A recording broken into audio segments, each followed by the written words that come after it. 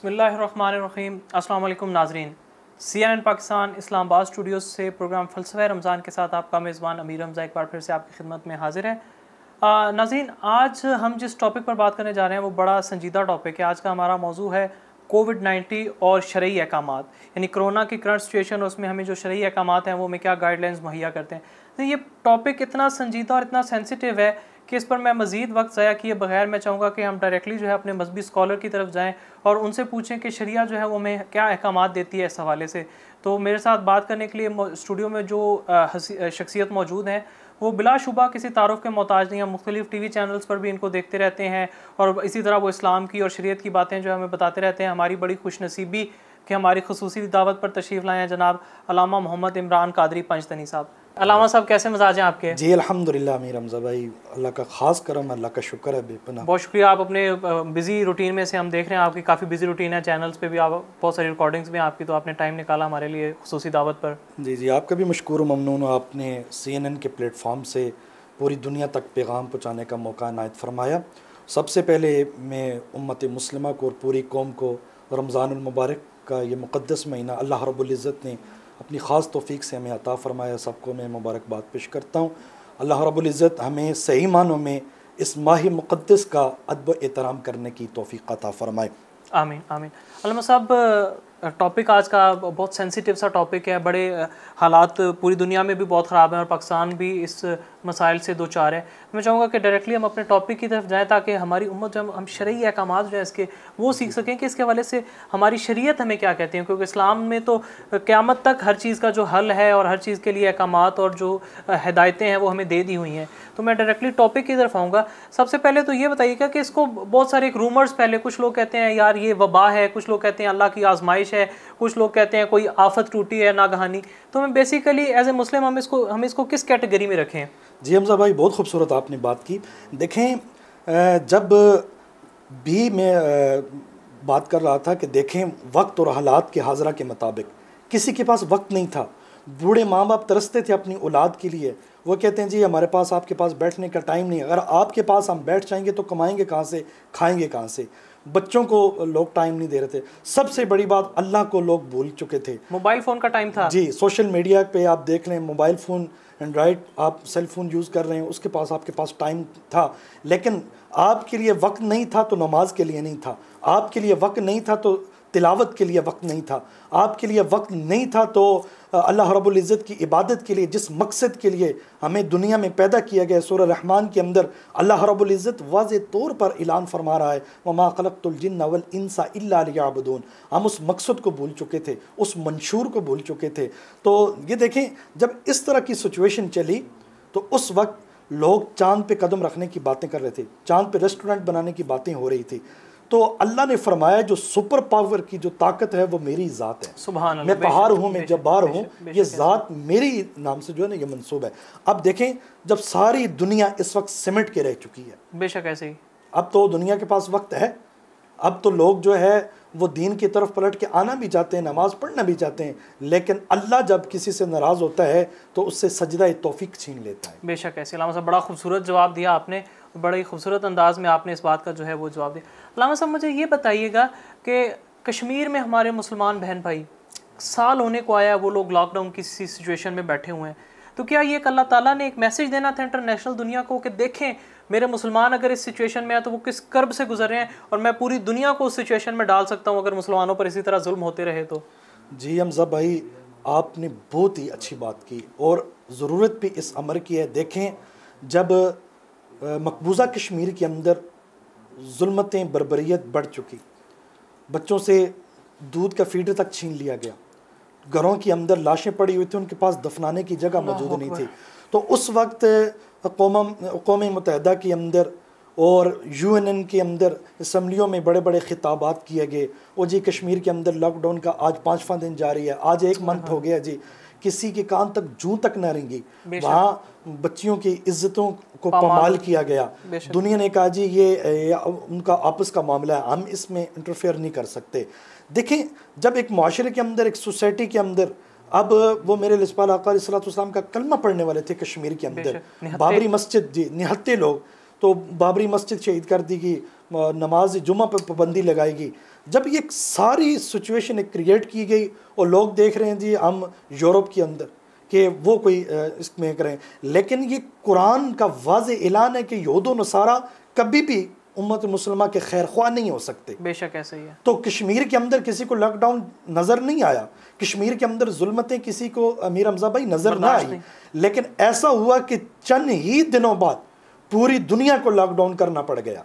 और जब उनको अपनी जान के लाले पड़ गए, अब कई इलाकों के अंदर अब देखें यूनाइटेड स्टेट अमेरिका जो अपने आप को सुपर पावर कहता था, वो उसने भी अपने घुटने टेक दिए और उन्होंने साइंस और टेक्नोलॉजी उनकी दरी की दरी रहेगी। और इस बात पे आगे कश्मीर के अंदर जितनी उन्होंने जुल्म के बाढ़ उठाए, उनका तो सुनने वाला कोई नहीं था, लेकिन जो सुनने वाला था वो मालिक खालिक के कायनात था, वो अलीम बिज़ात सुदूर था, वो दिलों के हाल जानने वाला था। जब वो कहते हैं ना वातसिमु बिहब्लिल्लाहि जमीअन वला तफर्रकू, कि अल्लाह की रस्सी को मजबूती के साथ थामे रखो, आपस में तफरका मत फैलाओ। अब आप देखें, मैं एक बात यहाँ पे ज़रूरी करना चाहूँगा, इंडिया के अंदर RSS का एक एजेंडा नरेंद्र मोदी वो लेके आया मुसलमानों पे। इस वक्त पे करंट सिचुएशन के अंदर भी मुसलमानों पे जुल्म के बाढ़ डाले जा रहे हैं, शरीयत ख़त्म कर दी गई। अभी मैं जो बात यहाँ पे करने लगा वो ये है, अब उम्मत मुसलमा को उठ खड़े होना है। अब जो है खामोशी उन्होंने तोड़नी है हर प्लेटफॉर्म से, जैसा कि आज आपने CNN के प्लेटफॉर्म से ये कश्मीर की बात की कि हमने एज ए मुस्लिम हमने अब खामोश नहीं रहना है, साइलेंट नहीं रहना, हमने ये वाज़े पैगाम देना है कि हम उन कश्मीरी भाइयों के साथ खड़े हैं। सिर्फ हमारे जो है ये बातों तक महदूद नहीं होना चाहिए, अब प्रैक्टिकली हमने इस पर अमल करना है। बिल्कुल सही, बिल्कुल सही। बड़ी खूबसूरत बात की आपने अलामा साहब। अच्छा अलामा साहब, एक वबा जो है वो पूरी दुनिया को जिस तरह से देखें, पाकिस्तान एक बहुत गरीब मुल्क है, इंटरनेशनल दुनिया को अगर देखा जाए, अमेरिका, जर्मनी, वो लोग बेबस हैं। पाकिस्तान में अब ये वबा काफ़ी फैल रही है, काफ़ी ज़्यादा केसेस पाकिस्तान में भी इसके आ चुके हैं। तो सबसे पहले तो ये बताएं कि नबी करीम सल्लल्लाहु अलैहि वसल्लम के दौर में जब अरब से बाहर कुछ वबाएँ फूटी तो आप सल्लल्लाहु अलैहि वसल्लम ने क्या एहतियाती तदाबीर जो थी वो अपनाई उनसे बचने के लिए? जी हमजा भाई, बड़ी खूबसूरत बात की। देखें, जब इस वबा का आगाज़ हुआ चीन के एक सिटी वुहान सिटी से, तो उस वक्त लोग ये कश्मकश में थे ये बीमारी कहाँ से निकली। अब जितने भी उनके सीनियर डॉक्टर थे, उनका महकमा था जो हेल्थ का, उन्होंने सर जोड़ लिए। आहिस्ता आहिस्ता जब ये चीन से ये ट्रेवल हुआ, ये वायरस पूरी दुनिया में यूरोप पहुंचा, जो अपने आप को सुपर पावर कहते थे, उन्होंने जब सर जोड़े तो वो इस नतीजे पे पहुंचे, मेरे नबी की हदीस उनके सामने आ गई। सुभान अल्लाह।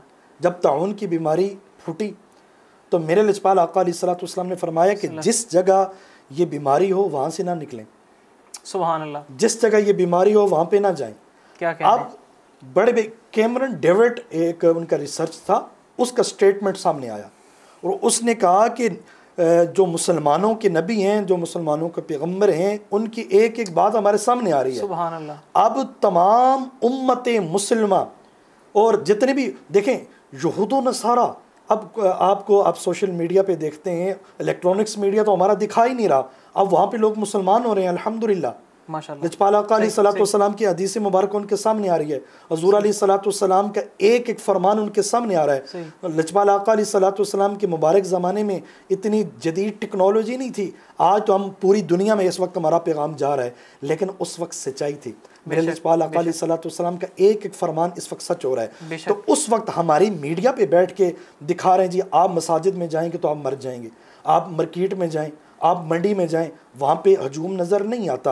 आप यूटिलिटी स्टोर के सामने लाइनें लगी हुई, बैंक के बाहर लाइनें लगी हुई हैं, वो हजूम नज़र नहीं आता। इस वक्त टारगेट जो है अमीर हमजा भाई दीन को किया जा रहा है। आप मस्जिद में जाएंगे, मेंटली तौर पे मुसलमानों को इतना डिस्टर्ब कर दिया गया। मैं ये समझता हूँ कि इस वक्त हमारी मीडिया अगर ये बात दिखाए कि इस वक्त लजपाल आका अलैहिस्सलातु वस्सलाम की हदीस पे अमल करके यहूद व नसारा वो मुसलमान हो रहे हैं, बेशक वो मुसलमान हो रहे हैं। आप जो है वो अल्लाह की रस्सी को न छोड़ें, आपको दीन की तरफ पलट के आना होगा।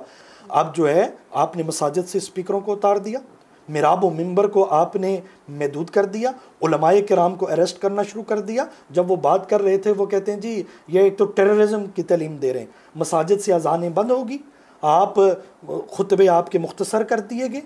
अल्लाह ने फरमाया, देखें जब सारी ये बात हो रही थी उस वक्त जब उधर से रस्सी खींची गई, अल्लाह फरमाते हैं मैं ढील देता हूँ, जब ये ऐसा मामला हुआ कि छतों पर भी लोगों ने अजानें देनी शुरू कर दी, जब वक्त था कि मौज़न की अजान देने के जवाब देने के लिए कोई तैयार नहीं था, तो वक्त ऐसा आया कि सारे के सारे मौज़न बन गए। बेशक छतों पे अजानें हो रही हैं, मग़फ़िरत दी जा रही है। जी, तो इस वक्त देखें ये जो वायरस है ये बड़ा संजीदा नौइयत का है, इसको हम बिल्कुल इग्नोर नहीं कर सकते। बेशक ऐसे ही है। देखें लजपाल आका अलैहिस्सलाम ने फरमाया आप 5 वक्त वुज़ू करें, तहारत को अपनाएं।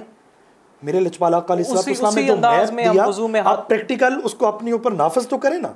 आप 5 मरतबा वुज़ू करें, आप लोग कह रहे हैं सैनिटाइज़र आप अपने हाथ में रखें, हाथों को धोएं बार बार, तो मुसलमान के लिए तो खुशखबरी है, वो 5 मरतबा दिन में वुज़ू करेगा। उसी अंदाज में जिस अंदाज में हम वुज़ू करते हैं उसी अंदाज में अब वो हमें सिखा रहे हैं अंग्रेज़ लोग, उसी अंदाज में आप उंगलियों में उस तरह से हाथ को डोले। तो क्या वो नबी करीम सल्लल्लाहु अलैहि वसल्लम ने 1400 साल पहले ये इसकी वजाहत फरमा दी ताकि मुसलमान लोग मेरे से महफूज रह सकें। सुभान अल्लाह, क्या बड़ी खूबसूरत बात की अल्लामा साहब आपने। मैं ये समझता हूँ, देखें आप ताहरत को अपनाएं, आप नमाज पंजगाना अदा करें, कुरान करीम की तरफ रुजू करें।